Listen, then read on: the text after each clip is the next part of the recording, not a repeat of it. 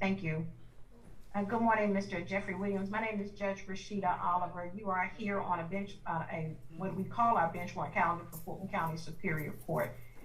Be aware that on this calendar, you are here because you have been indicted under 22 SC 182273 for conspiracy to violate the Racketeer Influenced and Corrupt Organization Act and participation in criminal street gang activity. I brought you forward so that you can be put on notice that for the felony charges that you receive, you are to be presented before the judge, Honorable Judge Earl Glanville, at the next available calendar that will be presented in courtroom 8F at 9:30 a.m. The date at which you are to appear at this time, I am not aware of. But be aware that you have the right to remain silent and not incriminate yourself while you are there and anywhere else. Anything that you say can be used against you. It is my understanding that you are being represented by Attorney Brian Steele, and the District Attorney's Office, Don Geary, are also on. So I wanted to make sure that you were fully aware of that. ADA Geary, is there anything else that you would need to add? And then I will hear from Attorney Brian Steele. Judge, respectfully, I think you've already stated that there's not a bond issue. There's not really a first appearance other than you're verifying his counsel, which would handle the first appearance issue. One thing I want to put on the record, Judge, and thank you for giving me the opportunity, is at an appropriate time, we're going to file an objection or notice of objection to Attorney Steele.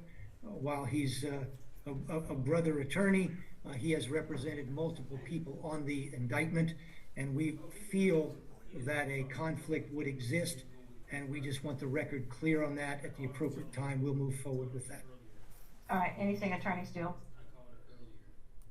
Good afternoon, Your Honor. Thank you so much, Mr. Williams. Your Honor, I do represent Mr. Williams. I've entered, or should be entered, an appearance as counsel. My understanding from Uniform Superior Court Rule 26.1H, as in Hillary, that at the first appearance, this honorable court shall consider bond if the offense is not one that is bondable only by a Superior Court judge. I heard what you said as well, but the offense here is Mr. Williams is only indicted on count 56 and count 1, which is a criminal street gang activity and a conspiracy to commit racketeering. And both of those, I believe, are within your breast to set bond, and I would like bond to be heard by your honorable court. As far as conflict, I'm sorry. No, go ahead. Thank you. And certainly, go ahead, Attorney Steele. I want to make sure I hear you out. Okay, Your Honor, thank you.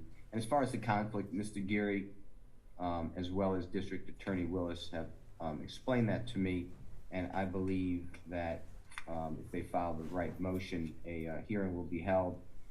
And under the law, this is not an actual conflict of interest. It is a potential conflict of interest which can be waived, and I believe that will happen.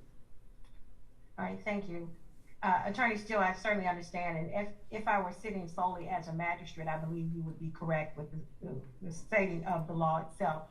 But as I am sitting as Superior Court Fulton County delegated judge, there is a specific delegation order for which I am operating under that indicates that the authority to set bail is simply not delegated for any case, regardless of the charges involved, that has been indicted and assigned to the docket of a Superior Court judge. And that is the order in which I am following.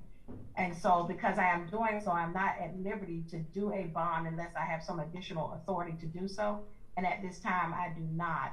So unfortunately, you will have to submit your motion for a bond directly to the Superior Court judge that is handling this case, which is Judge Earl Glanville. So I will do it, Your Honor. Right, certainly. So the order of the court on today is that he's been put on notice. He's not gotten a first appearance in that particular situation because he is indicted. He is not subject just to a warrant, and it was not a warrantless arrest. So that is where we stand at this time. Mr. Williams, I'm sure your attorney will reach out to you and give you further indication of what needs to happen in your case. All right, thank you, sir.